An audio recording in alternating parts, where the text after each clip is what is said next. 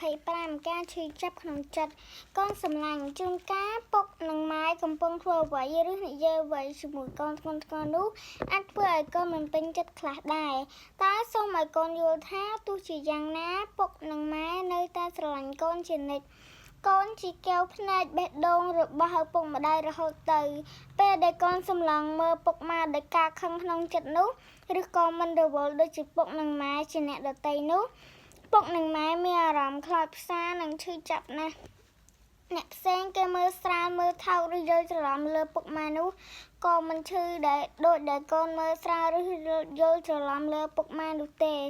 បើសិនកូនស្អប់កូនខឹងពុកនិងម៉ែព្រោះមិនពេញចិត្តមិនចូលចិត្តនៅរឿងដែលពុកនិងម៉ែធ្វើនៅពេលខ្លះនោះពុកនិងម៉ែក៏អាចអត់ទ្រាំបានដែរតែបើស្អប់ខឹងព្រោះកូនមិនយល់ដល់ចិត្តនិងអារម្មណ៍ពិតរបស់ពុកម៉ែនោះទេពុកនិងម៉ែខ្លោចផ្សាហើយឈឺចាប់ក្នុងចិត្តខ្លាំងណាស់កូន